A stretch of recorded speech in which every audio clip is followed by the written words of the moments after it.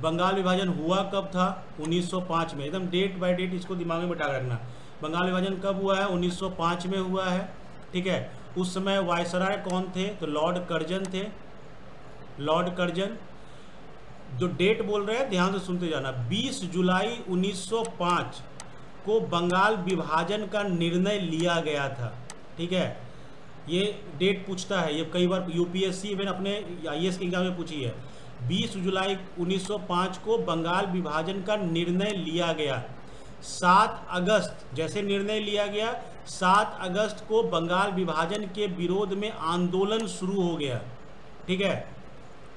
16 अक्टूबर का डेट है जब बंगाल विभाजन 1905 में हुआ। वायसराय लॉर्ड कर्जन थे। 20 जुलाई 1905 को विभाजन का निर्णय लिया जाता है। 7 अगस्त को विभाजन के विरोध में आंदोलन प्रारंभ हो गया और 16 अक्टूबर 1905 का डेट वो डेट है जिस दिन विभाजन इफेक्टिव हो जाता है। मतलब आज से 16 अक्टूबर से बंगाल बट गया 2 पार्ट में। ठीक है। विभाजन रद्द भी हुआ है 1911 में। लॉर्ड हार्डिंग 2 थे उस समय वायसराय, उनके समय में। ये कुछ फैक्चुअल बातें हैं। अब समझते हैं कि एक्चुअल में था क्या, बंगाल ही क्यों। पहले तो ये दिमाग में बैठाओ कि बंगाल ही क्यों, बंगाल में ऐसा क्या था जिस कारण से बंगाल को तोड़ना पड़ा। तो बंगाल का पहले मतलब समझ लेते हैं। बंगाल का मतलब हम उनको बताए थे पहले भी। बंगाल का मतलब आज का वेस्ट बंगाल है। ठीक है। बिहार है, बिहार के साथ झारखंड को भी जोड़ लो। उसके बाद उड़ीसा है, उसके बाद कुछ पार्ट असम का है और पूरा बांग्लादेश जो एक देश है आज की डेट में। ठीक है। इतना मिलाकर बंगाल था। तो समझ सकते हो उस समय का ये सबसे बड़ा रीजन था, सबसे बड़ा प्रांत उस समय के दौर में। और जैसे तुमको यहाँ लिख भी रहे कि उसमें बंगाल की जो आबादी थी वो 7 करोड़ 85 लाख थी। ठीक है। तो 7 करोड़ की आबादी थी। एक समझ सकते हो कितना बड़ा आबादी था उस समय। और उसमें बंगाल में बिहार, उड़ीसा, बांग्लादेश सब शामिल थे। ठीक है। असम को बंगाल से 1874 में अलग कर दिया गया था। यहाँ जो तुमको बार बार लिख रहे हैं कुछ पार्ट, असम के कुछ पार्ट, तो असम ऑलरेडी अलग हो चुका था बट कुछ पार्ट उस समय भी बंगाल में था। प्रॉब्लम का जड़ क्या था कि एक तो इतना बड़ा प्रांत। ठीक है। एक तो ये फैक्ट था। दूसरा फैक्ट था कि बंगाल जो था वो सेंटर ऑफ पावर था। सेंटर ऑफ पावर मतलब क्या हुआ, जितने बड़े बड़े लीडर थे, ठीक है, या जितने प्रोमिनेंट लीडर तुमको कांग्रेस में दिखते हैं, मैक्सिमम बिलोंग कर रहे थे कहाँ से? बंगाल से। और अंग्रेजों को ऐसा लगने लगा कि अगर ये लोग आगे बढ़ते चले गए इस तरह से, ये अपने पॉइंट को, अपने थॉट्स को अगर वो हर तरफ फैलाते चले जाएंगे तो कल को हो सकता है कि 1857 के तरह का क्रांति फिर से ना हो जाए। ये अंग्रेजों को हमेशा से डर रहा है। तो अंग्रेजों ने सोचा कि क्यों ना बंगाल को इस तरीके से बांटा जाए। ये हम अपने पहले पॉइंट वो बात बोल रहे हैं जो है सच्चाई, बाद में आए कॉपी में क्या लिखना है। तो बंगाल को लेके ये था कि अगर बंगाल को नहीं होता ना कि ये सेंटर हो गया, यहाँ पे सब पढ़े लिखे लोग हैं, सब लोग वो लोग हैं जो बाहर आग को फैलाएंगे, तो 57 की क्रांति दोबारा ना हो जाए। इसलिए अंग्रेजों ने सोचा कि अगर बंगाल को 2 पार्ट में बांट दिया जाए, 2 पार्ट में, और इस तरह से बांटा जाए कि पॉपुलेशन या रिलीजन के आधार पर, धर्म के आधार पर बंटवारा हो। मतलब एक पार्ट में हिंदू हो जाए और एक पार्ट में मुस्लिम हो जाए, तो क्या होगा, ये दोनों आपस में ही नहीं मिल पाएंगे। तो इस तरह से अगर बंटवारा करेंगे तो जो सेंटर ऑफ पावर बन रहा है उस सेंटर ऑफ पावर को किसी प्रकार से तोड़ा जा सकेगा। ठीक है। ये बेसिक कहानी है उस समय की। लेकिन कॉपी में क्या लिखा है, मतलब चिट्ठी पत्री में क्या लिखा है, उस समय बंगाल के गवर्नर थे लॉर्ड कर्जन। ठीक है। लॉर्ड कर्जन ने लिखा था एडमिनिस्ट्रेटिव रूप से बंगाल इतना बड़ा है कि उसको चलाना मुश्किल है, इसलिए बंगाल को 2 पार्ट में बांट दिया जाए। मतलब उसने इसको कारण जो लिख के दिया अंग्रेजों को, मतलब पार्लियामेंट को, वो लिखा कि एडमिनिस्ट्रेटिव रूप से बंगाल को चलाना मुश्किल है। क्यों मुश्किल है भाई? क्योंकि बंगाल बहुत बड़ा है, बहुत बड़ी आबादी यहाँ रह रही है। लेकिन सच्चाई यही थी कि ये कारण प्रशासनिक, मतलब एडमिनिस्ट्रेटिव नहीं था, ये प्योर पॉलिटिकल कारण था। ठीक है। इसका राज खुला कब? जब बाद में एक किताब छपी उसमें मालूम पड़ा एक किताब छपी थी, उसमें लिखा हुआ था कि याद करो जब सेक्रेटरी यहाँ पर हुआ करते थे वायसराय, और लंदन में एक पोस्ट क्रिएट किया गया था secretary of state, secretary of India का। वो सेक्रेटरी लंदन में बैठते थे, उन्होंने वायसराय को एक पत्र लिखा था 1904 में। ठीक है, तुम जब आंसर लिखोगे एग्जाम में तो इस पत्र का जिक्र कर सकते हो। तत्कालिक राज्य सचिव द्वारा 1904 में कर्जन को एक पत्र लिखा गया, जिसमें लिखा गया था कि संयुक्त बंगाल एक शक्ति है, अगर विभाजित कर देंगे तो विभाजित बंगाल की दिशाएं अलग अलग हो जाएंगी। मतलब क्या हुआ समझो कि अलग अगर करते हैं, बंटवारा जब करते हैं तो जब दो पार्ट में बंगाल टूटेगा तो ये वाला पार्ट अलग से हमसे आएगा मिलने के लिए, ये वाला पार्ट अलग से आएगा।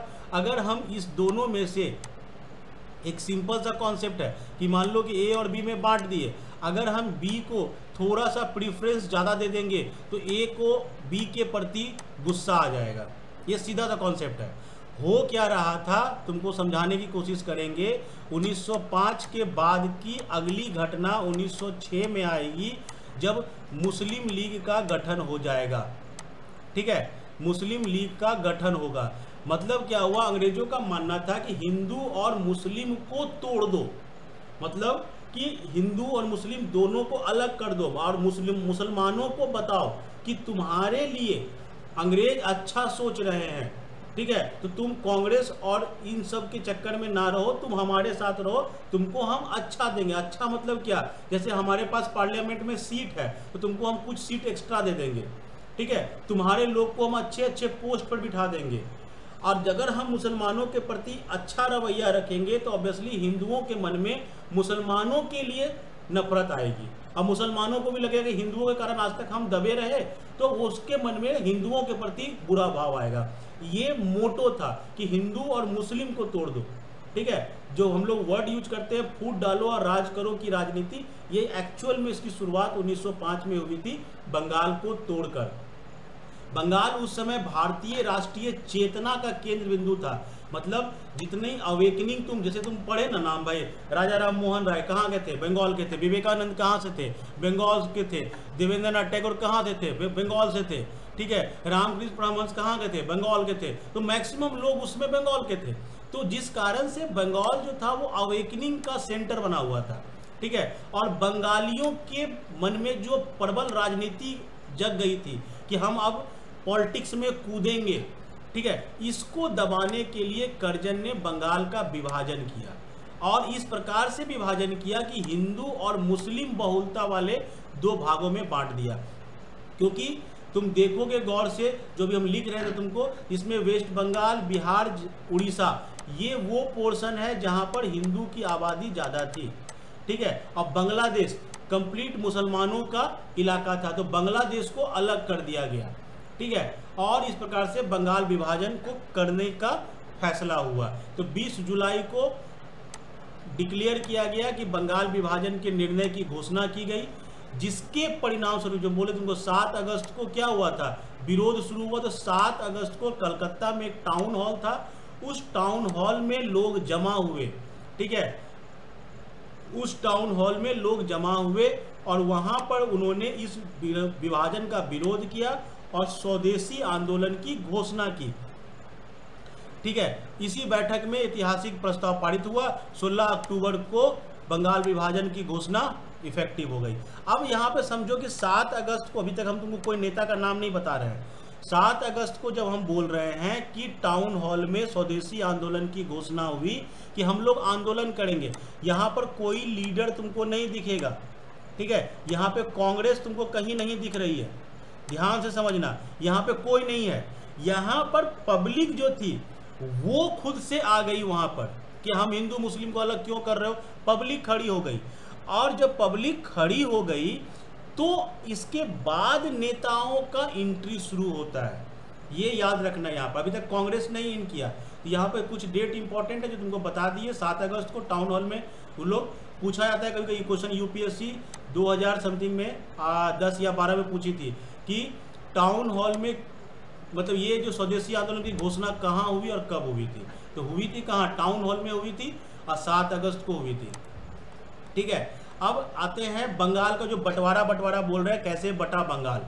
बंगाल बटा दो पार्ट में, एक बना पूर्वी बंगाल और एक बना पश्चिमी बंगाल। पूर्वी बंगाल का मतलब क्या हुआ, देखो मैप को देखोगे, जब भारत के नक्शे को देखोगे, यहाँ बंगाल वाला रीजन है, तो ये पूरा रीजन जो है ये क्या कहलाता है, ये पूरा रीजन ईस्ट कहलाता है। बांग्लादेश यहाँ पर है, तो इस तरफ वाला जो बंगाल था, जो बांग्लादेश वाला, उसको कहा गया पूर्वी बंगाल, और यहाँ जो बंगाल बचा इसको कहा गया पश्चिमी बंगाल, जो आज का बंगाल है।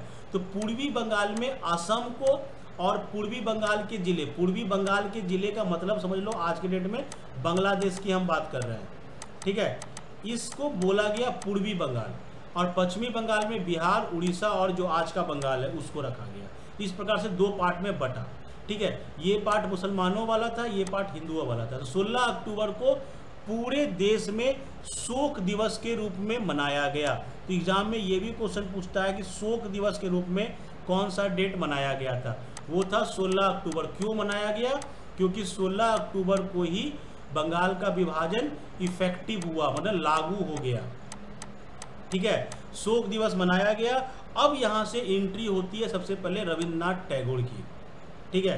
रविन्द्रनाथ टैगोर यहाँ पर बाहर निकलते हैं और वो इस शोक दिवस में शामिल भी हुए और वो बंगाल विभाजन का विरोध करना शुरू किए, ठीक है।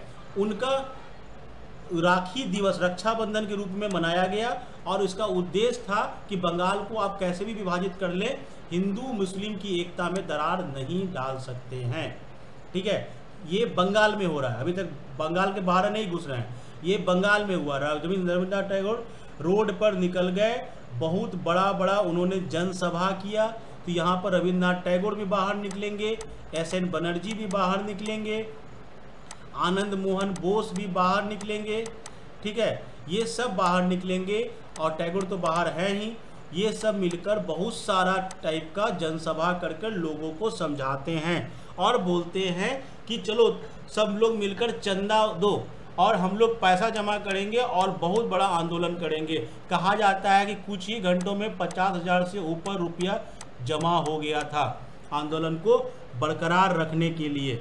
अब यहाँ तक ये पार्ट हुआ बंगाल का।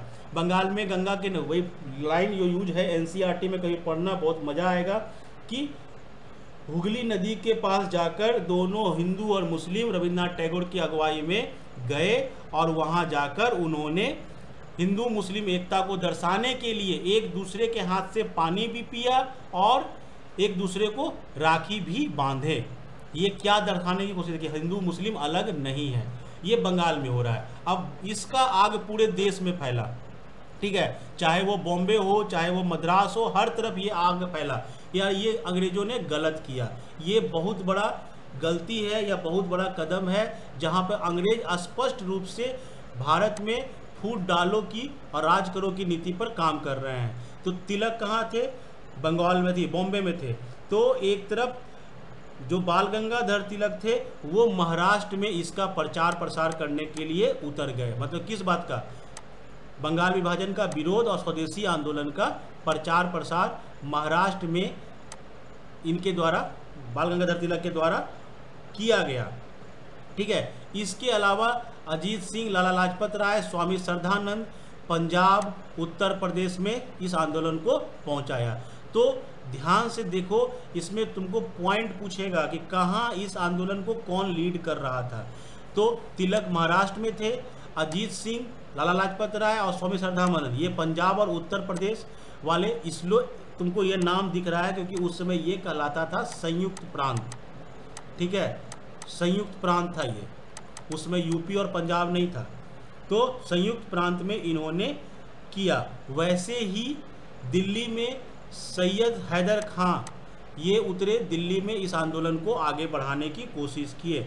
वैसे ही चिदम्बरम पिल्ले, सुब्रमण्यम अय्यर, आनंद चार्लू, TM नायक जैसे नेता मद्रास प्रेसिडेंसी में इसका नेतृत्व किए, ठीक है। अब ये तो हो गया नेतृत्व कौन कौन कहाँ कहाँ किया। अब पॉइंट ये है कि सबसे अधिक इसमें हुआ क्या। बंग भंग आंदोलन भी इसको कहते हैं, बंगाल विभाजन को कहा जाता है बंग भंग आंदोलन या स्वदेशी आंदोलन। इसमें जो सबसे बड़ा था स्वदेशी आंदोलन का जो बात था वो था कि विदेशी माल का बहिष्कार करो। मतलब क्या हुआ कि जो बाहर से कपड़े आए, जो बाहर से सामान आया, एग्जाम्पल में बता रहे हैं, कपड़ा तो यूँ बाहर से आ ही रहा था, जो चूड़ियाँ पहनती थी औरतें, वो आता था बाहर से, मतलब विदेश से। ठीक है, क्योंकि वो टेक्नोलॉजी वही लोग के पास था, वो लोग चूड़ियाँ बनाता था। विदेशी बर्तन, ठीक है, विदेशी कपड़ा धोने से मना कर दिया। महंतों ने विदेशी चीनी से बने प्रसादों को लेने से मना कर दिया। ठीक है, तो इस तरह से बहिष्कार होना शुरू हुआ कि हम आपका कपड़ा, विदेशी कपड़ा यूज नहीं करेंगे, आपका चीनी यूज नहीं करेंगे, आपके द्वारा बनाया गया चूड़ी महिलाएं मना कर दी पहनने से। ठीक है, जो धोबी था वो विदेशी कपड़ा धोने से मना कर दिया कि हम नहीं धोएंगे इस तरह के कपड़ों को। तो इस तरह से आंदोलन, स्वदेशी आंदोलन बढ़ा। ठीक है, और ये घटना कब की हो रही है? 1905 की। इसी घटना को जोड़ो अब कांग्रेस के साथ। तो कांग्रेस बेचारी कर क्या रही है, वो कहाँ है इस पूरे खेल में? कांग्रेस कहीं नहीं है इस खेल में।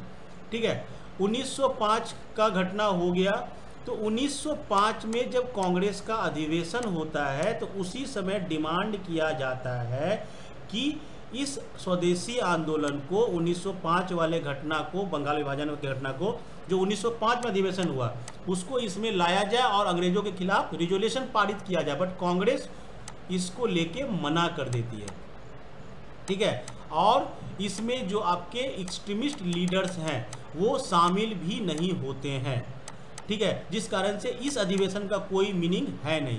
तो ये आंदोलन 1905 से चलते चलते 1906 तक आ गया।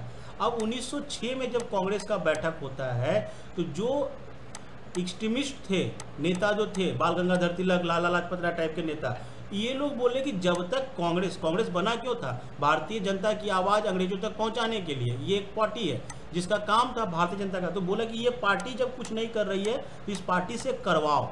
तो ये लोग इस बैठक में बैठते हैं और 1906 की बैठक में ये डिमांड किया जाता है एक्सट्रीमिस्ट के द्वारा कि बंगाल विभाजन के विरोध में जो स्वदेशी आंदोलन चला है, इस आंदोलन को कांग्रेस अपनी सहमति दे। कांग्रेस बोले कि वो इस आंदोलन के साथ है और कांग्रेस इसमें भागीदारी दे।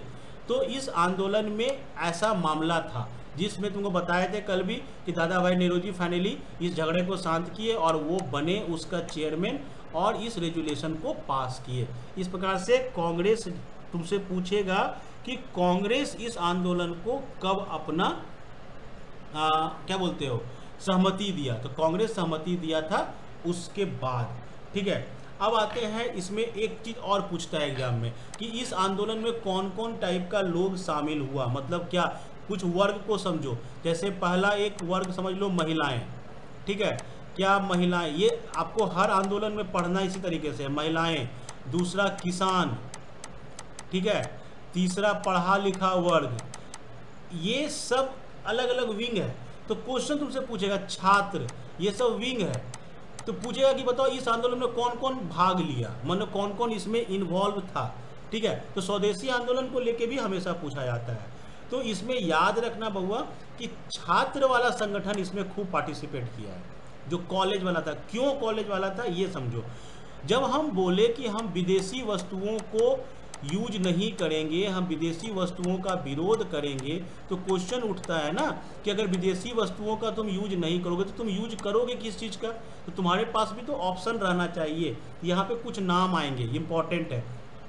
पहला नाम है पीसी रॉय का, प्रफुल्ल चंद्र रॉय पूरा नाम।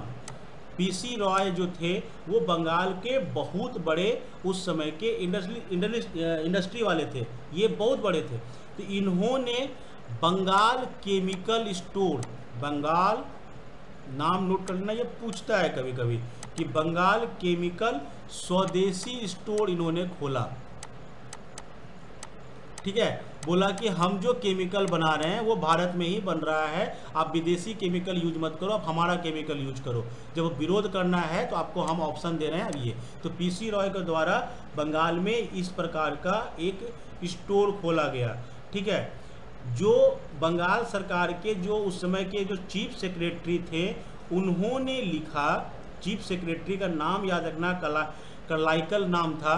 करलाइकल ने एक पत्र लिखा था वायसराय को कि जो स्टूडेंट, ठीक है, इस आंदोलन में भाग लेगा उसका जो स्टाइपेंस मिलता है, जो उसको भत्ता मिलता है, पैसा मिलता है, वो पैसा रोक दीजिए।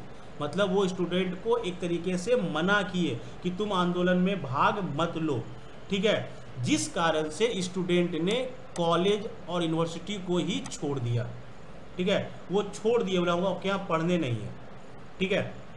तो इस प्रकार से यहाँ पर दिखा कि इसका संगठन, स्टूडेंट्स का जो संगठन था वो पूरी तरह से आंदोलन में कूद गया। उसके बाद इसमें बहुत सारे स्कूल का भी निर्माण हुआ, जैसे रंगपुर नेशनल स्कूल का निर्माण हुआ था उसी समय, ठीक है। राष्ट्रीय शिक्षा परिषद का निर्माण किया गया था रविन्द्रनाथ टैगोर के द्वारा। Bengal national college and school की स्थापना की गई थी, शांति निकेतन के आधार पर ही बना था। ये स्कूल कॉलेज खोले गए, क्योंकि बोला कि जब स्टूडेंट यहाँ से कॉलेज छोड़ देगा, यूनिवर्सिटी छोड़ देगा, तो पढ़ेगा कहाँ जाके। तो हमारे लोगों ने अपना बहुत सारा स्कूल, बहुत सारा कॉलेज खोला कि आओ वहाँ मत पढ़ो तो यहाँ पढ़ना, लेकिन तुम्हारा पढ़ाई ख़त्म नहीं होना चाहिए। इसी क्या कहते हो आंदोलन में रविन्द्रनाथ टैगोर के द्वारा अमार सोनार बांग्ला गीत लिखा गया था। दैट इज कॉल्ड अमार सोनार बांग्ला। ये गीत लिखा गया था रविन्द्रनाथ टैगोर के द्वारा, जो आज के डेट में बांग्लादेश का राष्ट्रगान है, ठीक है। तो ये बांग्लादेश का राष्ट्रगान बाद में बना, ये भी इम्पोर्टेंट है। अगला लाइन है महिलाएं इस आंदोलन में बाहर निकली। क्यों बोलिए? क्योंकि जब तुमको बोले कि चूड़ी एक बहुत बड़ा मुद्दा था, जब बोला चूड़ी नहीं पहनना है विदेशी, तो महिलाएं यहाँ से बाहर निकली, बोली कि हम लोग भी अब प्रदर्शन में भाग लेंगे और हम लोग भी धरने पर बैठेंगे। तो इस आंदोलन में महिलाओं का भी पार्टिसिपेशन था। तीसरा आते हैं आंदोलन किसान का। किसान को इस आंदोलन से कोई लेना देना नहीं है। क्यों लेना देना नहीं है समझो। जब बंगाल को हम दो पार्ट में बांट रहे हैं, तो यहाँ के किसान या यहाँ के किसान, इन दोनों के ऊपर क्या हमने कुछ लिबर्टी या कुछ टैक्स कुछ किया? इन दोनों ने कुछ नहीं किया। केवल हम बोल रहे हैं कि प्रशासनिक दृष्टिकोण से अब ये दो भाग है, तो किसानों को इससे कोई लेना देना था नहीं, इसीलिए किसान इस आंदोलन में पार्टिसिपेट नहीं किए हैं। एग्जाम में ये हमेशा पूछता है कि कौन इसमें पार्टिसिपेट नहीं किया, ठीक है। तो किसान इसमें पार्टिसिपेट नहीं किए। मुसलमान, अगर मुस्लिम की बात करते हैं तो मुस्लिम इसमें पार्टिसिपेट नहीं किया। क्यों नहीं किया? क्योंकि वो तो देख रहा है कि फ़ायदा हो रहा है हमको।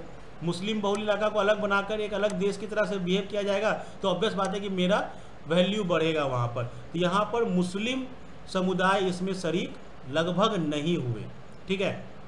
यहाँ पर ये हुआ, लेकिन आंदोलन बहुत चला, बहुत कोशिश किया गया। 1906 से 1907 का दौर आ जाता है। 1907 के दौर में क्या हुआ? कांग्रेस ही टूट गया दो पार्ट में, और जो पार्ट टूट के अलग हुआ तिलक वाला, तिलक को जेल हो जाता है उसी समय 1908 में, और तिलक चले गए जेल। लाला लाजपत राय अकेले पड़ गए, अरविंद घोष चले गए, क्रांतिकारी आंदोलन में घुस गए, जिस कारण से ये वाला विंग कमज़ोर हुआ और स्वदेशी आंदोलन धीरे धीरे नेता विहीन होकर ख़त्म हो गया। मतलब कोई लीडर ही तुम्हारा नहीं है जो इसको लीड करे। लेकिन ये किया, पहली बार देश ने देखा कि पहली बार देश की जनता रोड पर निकली, पहली बार देश की जनता किसी एक मुद्दे पर रोड पर निकली और अंग्रेजों के खिलाफ आंदोलन की। तो इससे आगे के आंदोलन का रास्ता क्लियर होता है। तुमसे पूछेगा, एग्जाम में पूछता है, मेंस में हमेशा, 1905 स्वदेशी आंदोलन से हमें क्या प्राप्त हुआ? तो प्राप्त तो हमको यहाँ से डायरेक्टली कुछ नहीं हुआ, लेकिन 1905 के आंदोलन से ये समझ में आया कि देश में राष्ट्रीयता की भावना बहुत आगे आ चुकी है।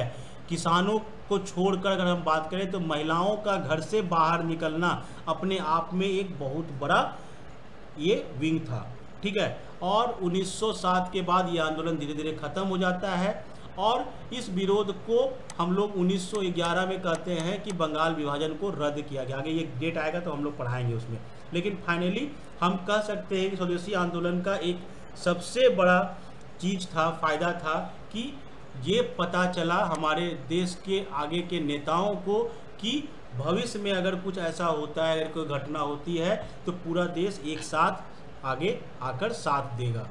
ये था तुम्हारा बंगाल विभाजन। इंपॉर्टेंट डेट जो था वो दिमाग में बिठा कर रखना, डेट को भूलना मत, ठीक है। फिर से रिपीट कर रहे हैं, पहला डेट तुम्हारे पास है 20 जुलाई का 1905। इस डेट को क्या हुआ था? अनाउंस हुआ था 7 अगस्त को क्या हुआ था, स्वदेशी आंदोलन का शुरुआत हुआ और 16 अक्टूबर वो डेट है जिस दिन बंगाल का विभाजन प्रभावी रूप से लागू हो गया। अब जब इतना बड़ा आंदोलन हुआ, स्वदेशी आंदोलन हुआ, तो अंग्रेज जो है वो बैठा थोड़े रहेगा। तो उस समय 1906 में वायसराय बदल जाते हैं। यहाँ पे वायसराय कौन थे, यहाँ पे लॉर्ड कर्जन थे। तो लॉर्ड कर्जन के बाद आ जाते हैं मिंटो, लॉर्ड मिंटो टू आते हैं। और लॉर्ड मिंटो टू जो होते हैं ये बोलते हैं कितना बड़ा आंदोलन हो गया, चलो इससे हानि उनी कुछ नहीं हुआ, मारपीट नहीं कोई किया, लेकिन लोग तो बाहर निकला तो कहीं ना कहीं कुछ तो गड़बड़ है, क्योंकि कल को यही भीड़ अगर आग लगा देगी तो क्या करेंगे हम। तो लॉर्ड मिंटो ने इस बात को, मतलब इस चीज़ को ऑब्जर्व करने के लिए एक कमेटी गठन की, ठीक है, जिसकी नॉन है अरुंडेल कमेटी गठन हुआ उसमें 1906 में, जो ये बताने के लिए था कि अगर बंगाल विभाजन को हम किए हैं तो ये अच्छा है कि बुरा है। अरुंडेल कमेटी 1906 में ही अपना रिपोर्ट सबमिट करती है और बोलती है कि बंगाल विभाजन को रद्द कर दीजिए, वो ज़्यादा बेटर रहेगा। तो बाद में कहता है 1911 में इसी कमेटी के आधार पर बंगाल विभाजन को रद्द कर दिया गया, ठीक है। तो अरुंडेल कमेटी को याद रखना। 1907 वाला घटनाक्रम तो तुमको बता ही चुके हैं, फिर भी थोड़ा सा रिपीट कर देते हैं क्योंकि यहाँ पर फ्रेश रूप से हम लोग हिस्ट्री को पढ़ रहे हैं। तो 1907 सूरत अधिवेशन को फिर से रिपीट कर रहे हैं। 1907 में हुआ क्या, एक्चुअल में हुआ क्या कि 1906 में जो स्वदेशी आंदोलन को स्वीकृति दी गई, 1907 में चाहता था, जो गरम दल था वो चाहता था ये कंप्लीट हो और इसको और तेज किया जाए, ठीक है। तो इस बैठक में ये हुआ और उसी समय प्रिंस ऑफ वेल्स जो थे, मतलब जो राजकुमार थे वहाँ के इंग्लैंड के, वो भारत आने वाले थे। तो गरम दल का मानना था कि ये राजकुमार आएगा ना तो चारों तरफ इसका हम लोग विरोध करेंगे, काला झंडा दिखाएंगे, इसको आगे बढ़ने नहीं देंगे, ऐसे वैसे सुख चाहता था। लेकिन कांग्रेस को डर लग गया कि अगर हम राजकुमार का विरोध करेंगे तो राजकुमार हमको दुश्मन मान लेगा, तो हम अंग्रेज मतलब ब्रिटेन के राजा का विरोध नहीं करेंगे।